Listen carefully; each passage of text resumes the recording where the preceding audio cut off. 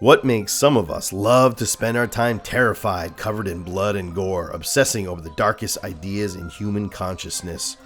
I'm going to tell you. In this video, we'll explore 6 theories of what the meaning and purpose of the horror story is.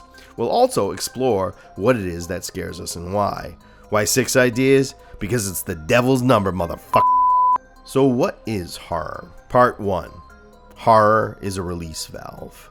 In his book, The Philosophy of Horror, Noel Carroll poses there are 2 basic horror stories. The first one, a person uncovers a secret which is slowly destroying the world around him. He tries to get people to wake up to the horror, but no one believes him until it is too late. Dracula, A Nightmare on Elm Street, The Blob, Jaws, The Thing, Invasion of the Body Snatchers, they all fit this model. Chief Brody, having realized a shark is terrorizing the beaches of Amity, begs to close down the beach, but the town needs to make money.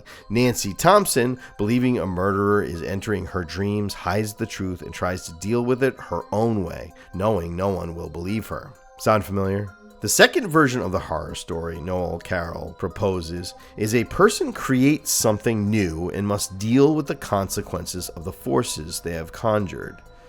This is the Frankenstein idea, the modern Prometheus. The Fly, Hellraiser are examples of this other story. Noel Carroll states that the horror represents a taboo idea, something beyond the pale. Both Dr. Frankenstein and the young Steve McQueen in The Blob face a knowledge that cannot be acknowledged. In Frankenstein's case, he sought the knowledge and will pay for it. In the case of the hapless protagonist of The Blob and its many copies, the protagonist did not seek the knowledge, but had it thrust upon them. And as much as they try to wake up the people around them, it is probably too late for most of them. Carroll explains that horror becomes a way of allowing the most taboo ideas to emerge, if only for a moment. It is by nature a transgressive medium, a place to allow the ugliest parts of our nature to take form. Take, for example, the Babadook. The mother senses there is something wrong with her child.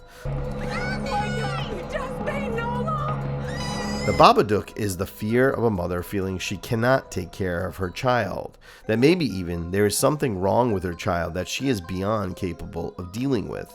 This isn't an uncomfortable idea, one most parents may entertain, but the horror allows us to explore it safely. In Danse, Macabre, Stephen King's exploration of the horror genre, King says, horror is a conservative in a 3-piece suit. Horror allows the most taboo ideas in society to emerge just for a moment, right before we stab it to death and light it on fire, and go back to our lives comfortable knowing the monster is gone, for now. Horror is a release valve that allows these taboo ideas to breathe. If we repress them with no release, they may overcome us. Dracula explored the Victorian fear of female sexuality. The swarthy, over-sexualized Transylvanian enters British society and awakens the woman to become savagely sexual. Dracula is staked in the end, and Mina Harker returns to her role as a proper lady, and it is all in service of reinforcing sexual repression. But her sexuality was explored in the only way allowed in 1887 British society. In Jungian psychology, there is a phenomenon called the shadow. Working on your shadow means exploring the darkest parts of your nature. If you don't absorb your shadow, it may consume you. Without release, we become like Norman Bates, incapable of dealing with the darkest parts of our nature. And we all know how that worked out. This might be why, by every report, the people who are the masters of horror all seem to be the nicest people around. Stephen King, John Carpenter, George Romero, all are reported to be good, kind folks that everyone loves. They've found a release for their anxiety. Now the people who hate horror, the ones who only watch the Family Channel and Hallmark movies, those are the people that scare me. The answer seems to be that we make up horrors to help us cope with the real ones. With the endless inventiveness of humankind, we grasp the very elements which are so divisive and destructive and try to turn them into tools to dismantle themselves. Stephen King, Danse, Macabre. Part 2. Horror is a rehearsal. Psychologists studied the part of the brain engaged when watching a horror movie. The easy assumption is that it would be the amygdala.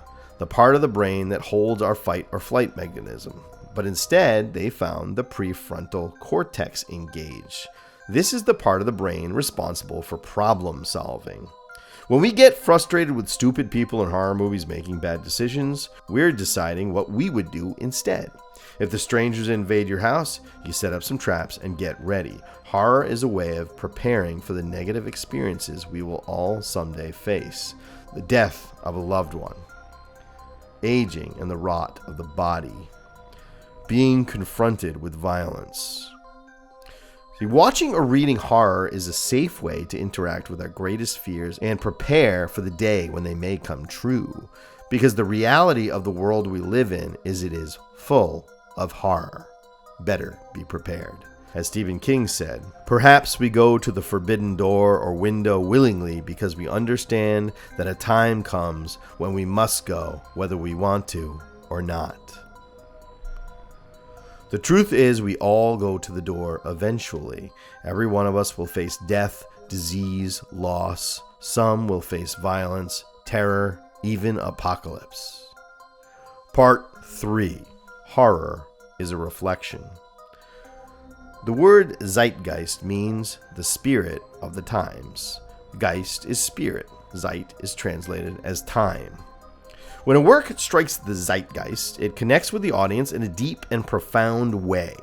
Now, throughout the history of horror, the horror film has reflected the anxieties of the times. In the 1950s, monsters arose from nuclear waste, or from alien lands. Horror filmmakers played with the duck and cover anxieties of a world where your family was just as likely to own a bomb shelter as they were to own an RV. And cover. In the 70s, Tom Savini came back from Vietnam and recreated things he saw. Heads cracked open, bodies decaying. The chainsaw massacres and the like were ways of dealing with having seen the first graphic pictures of real war. In the 80s, we began to feel the consequences of the promiscuity of the 70s.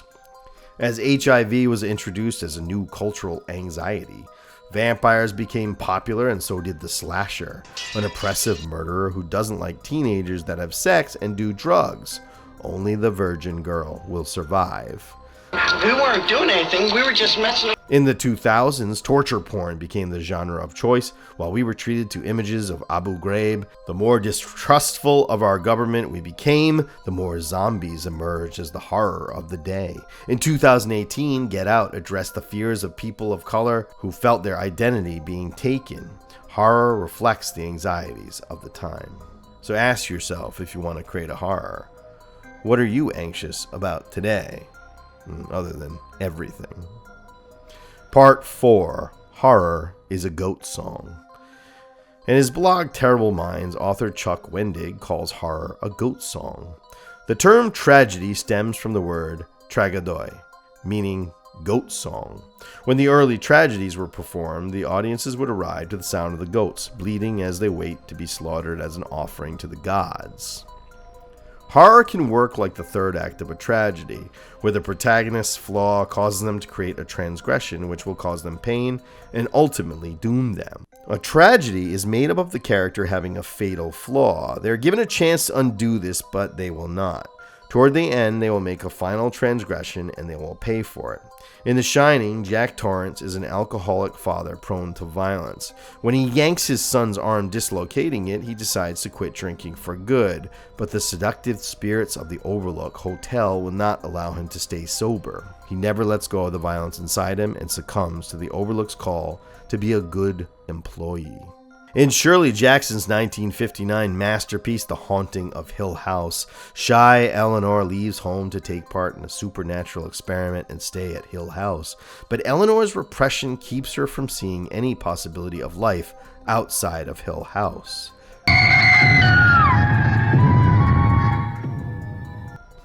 As the doctor explains, the spirits of Hill House will not kill you. All they can do is amplify the anxieties of the person in the house. But Eleanor is exactly the wrong person to take into Hill House. The sin the filmmaker in the Blair Witch Project commits is to never put the camera down, even just before she's going to die. The true crime writer in Sinister moves his family into a house where a murder was committed so he can do research. only to find his transgression will cost him his family and his life. The arc of a horror story often echoes the arc of a tragedy. A character commits a sin and must pay for their actions, often with their lives or the lives of the ones they love.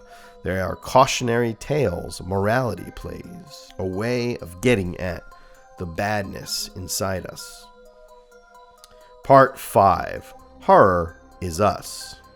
Human beings are the scariest thing in the universe. Monsters in movies are us, always us, one way or the other. They're us with hats on. The zombies in George Romero's movies are us. They're hungry. Monsters are us. The dangerous parts of us, the part that wants to destroy, the part of us with the reptile brain, the part of us that's vicious and cruel. We express these in our stories as these monsters out there. John Carpenter. The earliest monsters are born of archetypes. Werewolves and vampires come from a distrust of the opposite sex, what Carl Jung called the anima, or the animus.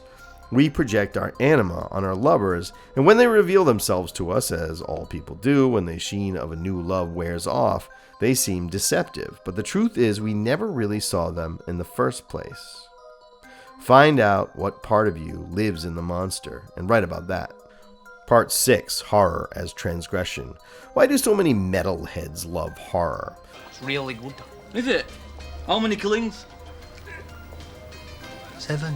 No, that The way that he does it, he kills one by gluttony, one by greedy, sexy, ugly, sleepy, dopey and bashful. Wasn't that good? Horror comes from the same place metal and punk rock come from. It's a transgressive art. The infamous singer-songwriter Nick Cave, famous for singing murder ballads, said it best. Transgression is fundamental to the artistic imagination because the imagination deals with the forbidden. Go to your record collection and mind erase those who have led questionable lives and see how much of it remains. It is the artist who steps beyond the accepted social boundaries who will bring back ideas that shed new light on what it means to be alive. This is in fact the artist's duty, and sometimes this journey is accompanied by a certain dissolute behavior, especially in rock and roll. There can be no political correctness in horror. This is why the genre has pushed so many boundaries, like the unwatchable Serbian film or French horror like Martyrs or Inside. The purpose is to go where you should not go.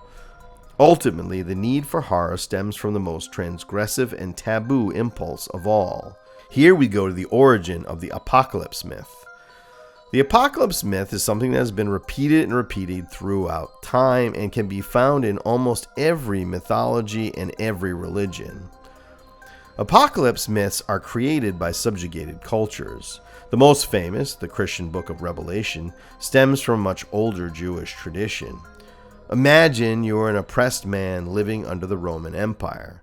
What hope do you have of overcoming the empire and watching your enslavers punished and executed? You have none. All you can do is wish for the apocalypse.